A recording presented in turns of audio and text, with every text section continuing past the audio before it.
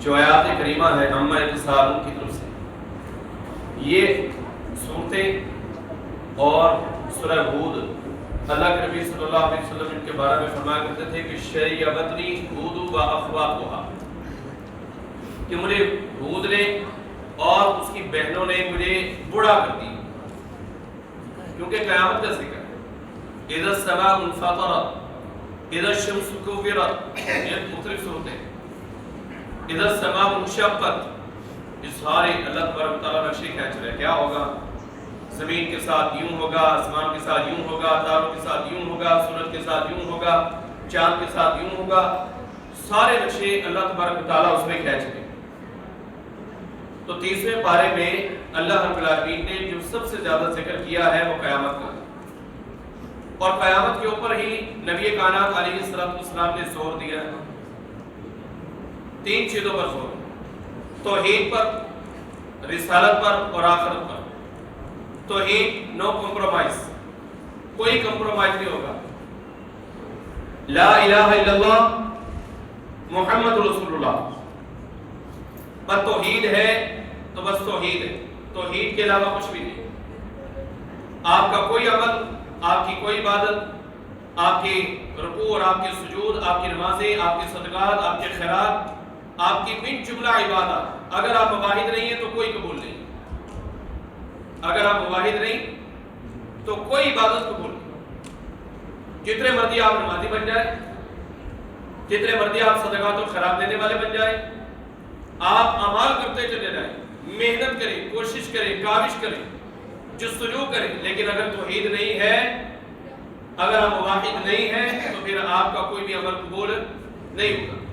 اللہ قرآن پاک میں فرما رہے تیسرے پارے میں ہی عاملۃ ناصبہ، کہ عمل کرنے والے قیامت کے روز جب آئیں گے تو تھکے مادہ ہوں، اس لیے کہ دنیا میں انہوں نے عمل ہی بہت کیا، لیکن تصلی نارا حامیہ، فرمایا کہ اللہ فرمائے گا کہ ان کو جہنم میں ڈالو، ان کو جہنم میں ڈالو۔ سبب کیا ہے کہ اعمال تو انہوں نے کیے ہیں لیکن وہ موحد نہیں تھے، وہ توحید پرست نہیں تھے، اللہ کے اوپر یقین نہیں تھا، اللہ کے اوپر عقیدہ پختہ نہیں تھا، انہوں نے اللہ کو تسلیم ہی نہیں کیا، شرک کرتے رہے۔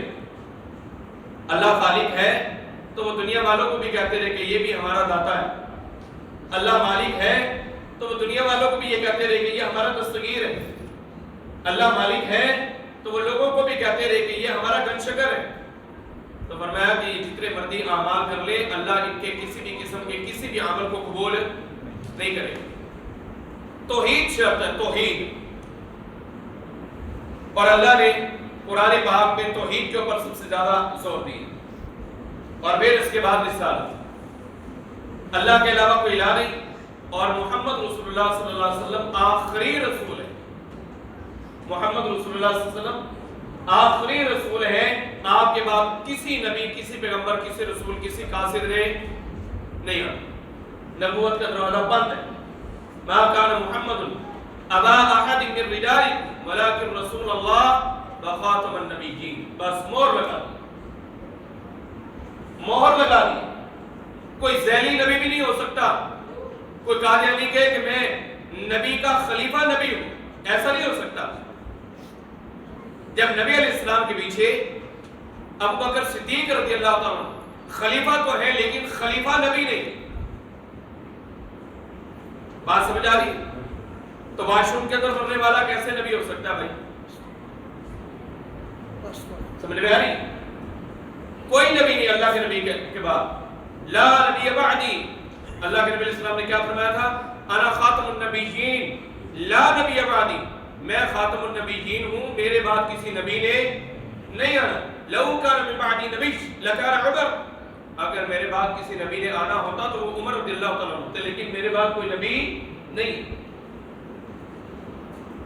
خلیفے ہیں، خلافت ہو سکتی ہے، اور علماء ہیں، وہ دین کے وارث ہیں، لیکن نبی نہیں ہو سکتا۔ رسالت کے اوپر پھر جناب بڑا زور دیا گیا۔ رسالت، اللہ کے نبی کی ذات کو ماننا، اللہ کے نبی صلی اللہ علیہ وسلم کی بات کو ماننا، شخصیت کو ماننا، آپ کے قول کو ماننا، آپ کے فعل کو ماننا، آپ کی تقریر کو ماننا، یہ انتہائی اہم ہے۔ اس کے اوپر ہمارا کل بھی سیشن جو ہے وہ چلا تھا۔ کہ نبی علیہ السلام کی جہاں ذات کی اہمیت ہے اسی جگہ پر نبی علیہ السلام کی بات کی اہمیت. دو چیزیں ہوگی. اور تیسری کیا ہے؟ قیامت. اللہ کے نبی نے اس سے بڑا باخبر کیا لوگوں قیامت کی تیاری کرو. قیامت کی تیاری. یا ایھا الناس اتقوا ربکم ان زلزلۃ الساعۃ شیء عظیم.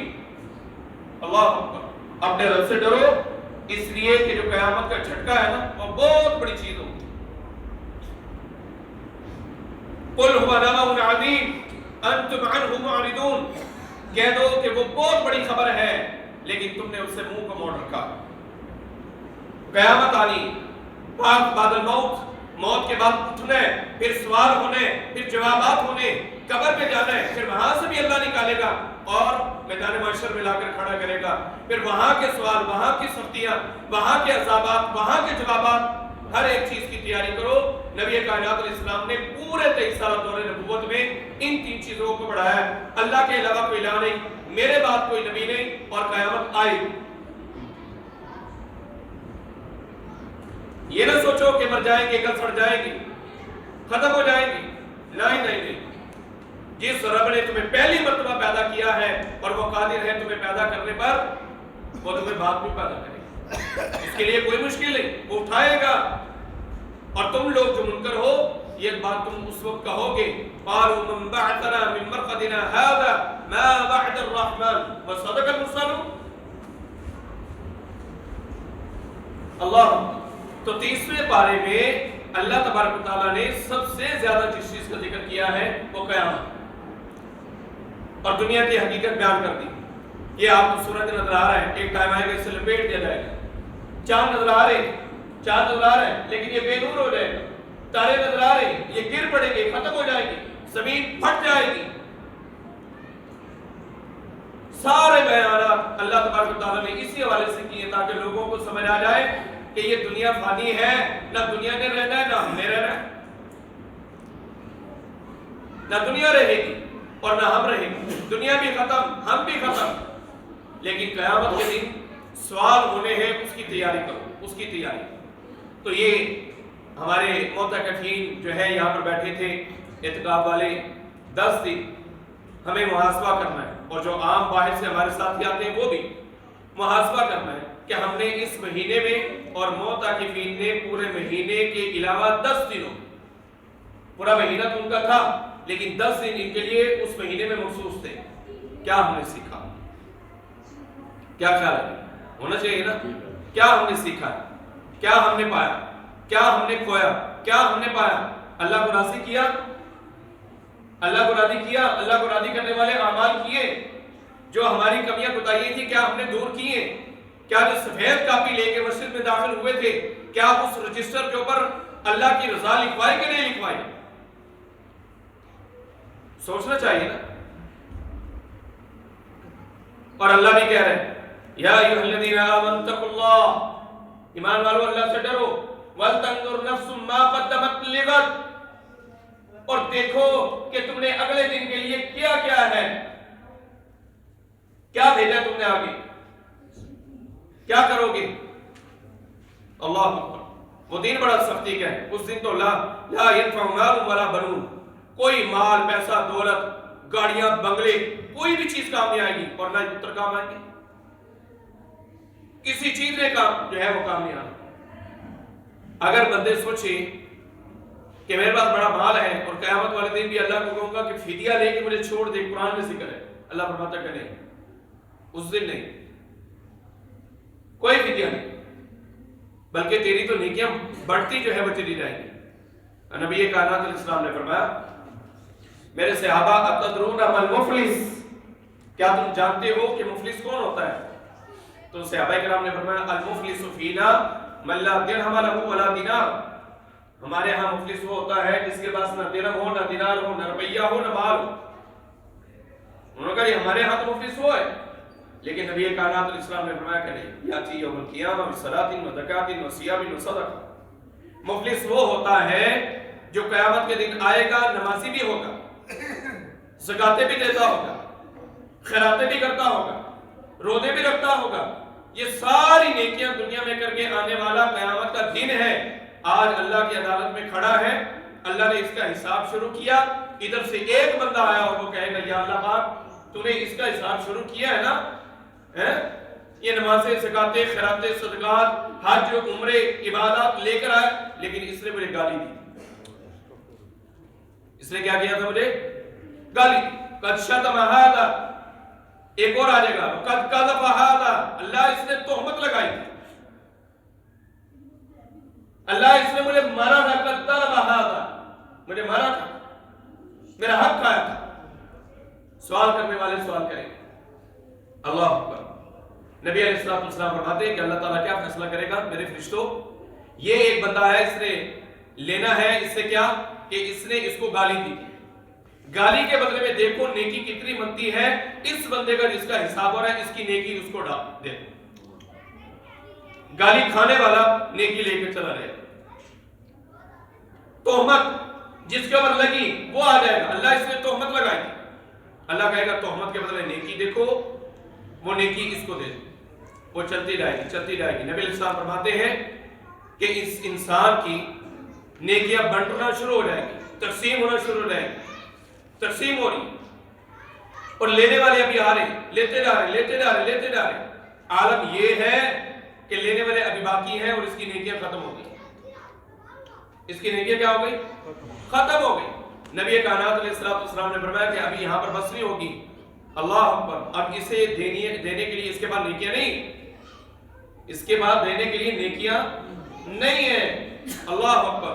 پھر اللہ تعالیٰ کیا فرمائے گا؟ میرے فرشتوں اب ان لوگوں کے گناہ دیکھو، ان لوگوں کے گناہ، تو اس نے جو جو زیادتیاں ان کے ساتھ کی ہیں اس کے برابر میں ان کے گناہ اٹھاؤ اور وہ اس کے سر پہ ڈالو۔ آپ فرماتے ہیں مفلس وہ ہوگا جس کی نیکیاں جو ہے وہ بھی تقسیم ہو جائے اور لوگوں کے گناہ بھی اس کے سر کے اوپر چڑھ جائے۔ اللہ ہمیں محفوظ فرمائے۔ اب یہ حدیث کس طرف لے کے جاتی؟ یہ حدیث اس طرف لے کے جاتی ہے کہ آپ معاشرے میں اچھے انسان بن کے رہو۔ سبق کیا ہے؟ معاشرے میں اچھے انسان، کیونکہ یہ جتنی بھی چیزیں آپ پڑھیں گے اس میں حقوق اللہ کا ذکر ہی کوئی نہیں۔ حقوق اللہ تو لے کر آیا ہے، یاتی بصلاۃ وزکاۃ وصیام وصدقہ، یہ ساری وہ چیزیں ہیں جو حقوق اللہ میں آتی ہیں، لیکن حقوق العباد میں غصب کیا ہوا، کسی کا حق مارا، کسی کا پلاٹ مارا، کسی کو تھپڑ مارا، کسی کو گالی دی، کسی پر تہمت لگائی، معاشرے میں اچھا نہیں رہا، تو آج یہ مفلسی کی صورت کے اندر کھڑا ہے۔ جہاں حقوق اللہ ہے وہاں پر حقوق العباد بھی، جہاں پر ہم نماز پڑھتے ہیں وہاں پر اپنے ہی ساتھ کھڑے ہونے والے کا دل بھی نہیں دکھانا، یہ بھی اہم۔ جہاں پر ہم صدقہ اور خیرات کرتے ہیں وہی ہم نے اپنے رشتہ داروں کو اپنے سے ناراض نہیں کرنا، ورنہ تو بڑی کٹھن جو ہے وہ محفل ہوگی وہاں پر، اللہ اکبر، وہاں تو کوئی چیز کام نہیں آئے گی، کوئی رشتہ داری کام نہیں آئے گی، کوئی بھی کچھ جو ہے وہ کام نہیں آئے گی۔ تو اللہ ہمیں مفلسی سے، وہ جو مفلسی قیامت کی ہے نا، اس سے بچائے، ٹھیک ہے نا جی؟ اللہ ہماری ایمان کی حفاظت کرے، اور ہمارے اندر جتنی بھی اس طرح کی ناراضگیاں پائی جاتی ہیں، اگر ہم تہمتیں کسی پر لگاتے ہیں، ہم جھوٹ بولتے ہیں، ہم کچھ بھی کرتے ہیں، اللہ سے معافی مانگ، اللہ معاف کرنے پر قادر ہے، یا اللہ پاک معاف کرے۔ جس کے ساتھ ناراضگی اس کے بعد چلے جائیں، اس سے معافی مانگ، اللہ معاف کرنے پر قادر ہے۔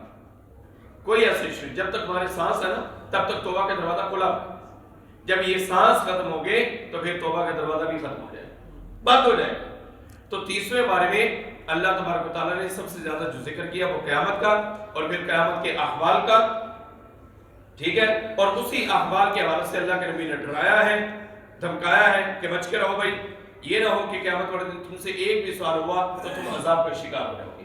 اللہ تعالیٰ ہم سب کی حفاظت فرمائے، ہماری ایمان کی حفاظت فرمائے، ہمیں قیامت کے دن سرخرو فرمائے، جس طرح ہم یہاں پر آج اکٹھے ہیں اللہ تبارک و تعالیٰ جنت اور فردوس میں اکٹھا فرمائے، نبی کائنات علیہ السلام کے ہاتھ سے عہدے کو نصیب فرمائے، اور نبی علیہ السلام کے ہمارے حق میں شفاعت کو قبول فرمائے، جو ہم نے اعمال صالحہ کیے ہیں اللہ تیری رضا کے لیے کیے تو اسے قبول فرما۔